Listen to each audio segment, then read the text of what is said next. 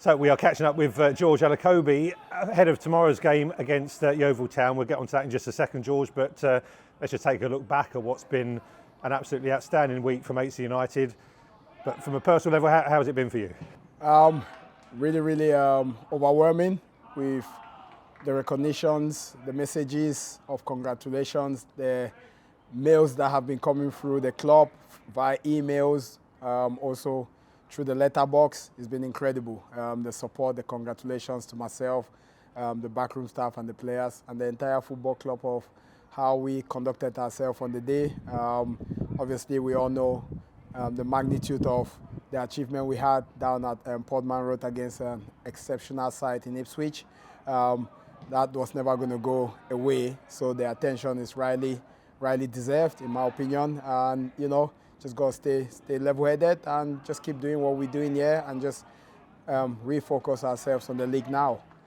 And to come back to the league with a massive game, league leaders. I think there's some 19 points ahead of us, having an excellent season. So it's going to be no easy route back into the league, is it?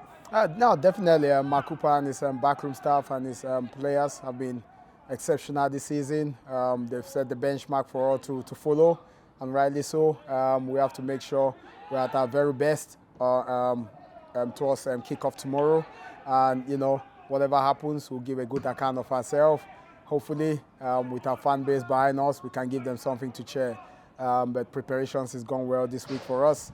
We've had a chance to look at different things, and we know what team we're going to be coming up against in Yeovil Town, and we know how good they can be on the day, and we have to be at our absolute best to get anything out of the game.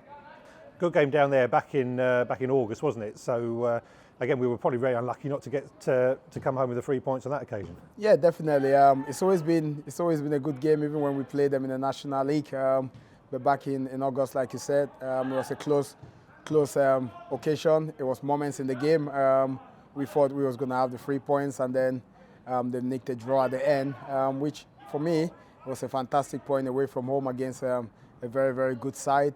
Plenty of experience in their team.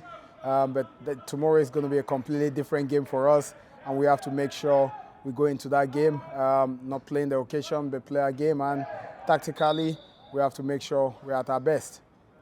I guess you'll be hoping that some of those that travelled with you to Portman Road last Saturday, maybe some that were, maybe not so regulars down here, will think to themselves, actually, I want to come down and have another look at that. Yeah, that's the whole point of, having a fantastic cup run. It just inspires everyone, and it brings new fans through the gates at Maidstone United Football Club. Hopefully, we'll see some new faces inside the Gallagher Stadium tomorrow. And our supporters have been excellent this season, and long may that continue. They've been at 12 men or 12 man. It's been incredible the support our players have had, myself, my management team, and we want to carry on, giving them something to cheer about. Just like we saw last week Tuesday when we had the game here against a good Punjab side, and we gave them something to cheer on a beautiful night, Tuesday night, and that's what we're going to look to do tomorrow, give a good account of ourselves against a very good side in Yeovil. I wanted to touch on that game on Tuesday, because obviously after Saturday and ahead of course, tomorrow's fixture, it was important to give certain players a bit of a breather, but those that came in and took that shirt on the Tuesday evening did a good job for you. Yeah, they certainly did. I was immensely proud of how they approached the game and how they executed our game plan. It was a very, very young team out there, but again, it was matched up by some of our regular first-team players would have done themselves justice in terms of getting the minutes that we wanted them to get on board, because we're going into the final stretch of the season, and we have to make sure, if need be, 1 or 2 might be needed, and they'll be match ready.